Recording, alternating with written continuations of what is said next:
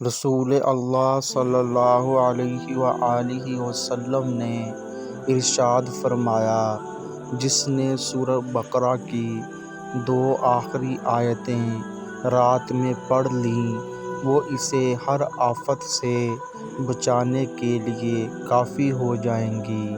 فرمان مصطفیٰ صلی اللہ علیہ وآلہ وسلم: مسلمان کو کوئی تکلیف، فکر، بیماری، ملال، اذیت اور کوئی غم نہیں پہنچتا، یہاں تک کہ کانٹا جو اسے چھوئے، مگر اللہ تعالیٰ ان کے سبب ان کے گناہوں کو مٹا دیتا ہے۔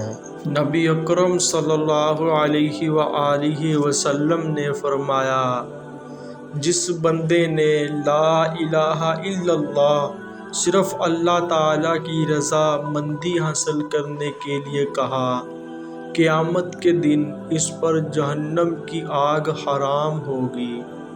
رسول اللہ صلی اللہ علیہ وآلہ وسلم کا ارشاد ہے، تم جہاں ہو اپنے دل میں اللہ کا خوف رکھو اور گناہ کے بعد نیکی کر لیا کرو کہ یہ نیکی اس گناہ کو مٹا دے گی۔ جھوٹی قسم کی سزا۔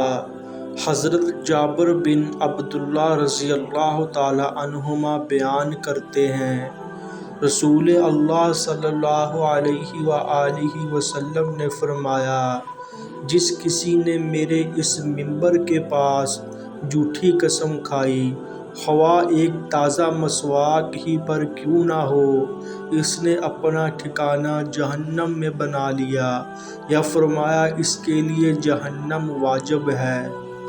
رسول اللہ صلی اللہ علیہ وآلہ وسلم نے فرمایا، کثرت کے ساتھ اللہ تعالیٰ کے لیے سجدے کیا کرو، بلا شبہ تم اللہ تعالیٰ کے لیے ایک سجدہ کرو گے تو اللہ تعالیٰ اس کے بدلے تمہیں 1 درجے میں بلند کر دے گا اور تمہارا ایک گناہ معاف کر دے گا۔ رسول اللہ صلی اللہ علیہ وآلہ وسلم نے فرمایا، گناہوں سے توبہ کرنے والا ایسا ہے جیسے اس نے گناہ کیا ہی نہیں۔ رسول اللہ صلی اللہ علیہ وآلہ وسلم نے فرمایا، زیادہ سے زیادہ لا حول ولا قوت الا باللہ کہا کرو، کیونکہ یہ جنت کے خزانوں میں سے ایک خزانہ ہے۔ رسول اللہ صلی اللہ علیہ وآلہ وسلم نے فرمایا، میرے بعد کفر کی طرف نہ لوٹ جانا کہ ایک دوسرے کی گردن مارنے لگو۔ جس نے ہم مسلمانوں پر ہاتھ اٹھایا وہ ہم میں سے نہیں۔ مسلمان کو گالی دینا فسق گناہ ہے اور اس کو قتل کرنا کفر ہے۔ سوچ سمجھ کر زندگی گزارو، کیونکہ جو آج مٹی کے اوپر کرو گے کل مٹی کے نیچے اس کا حساب بھی دینا پڑے گا۔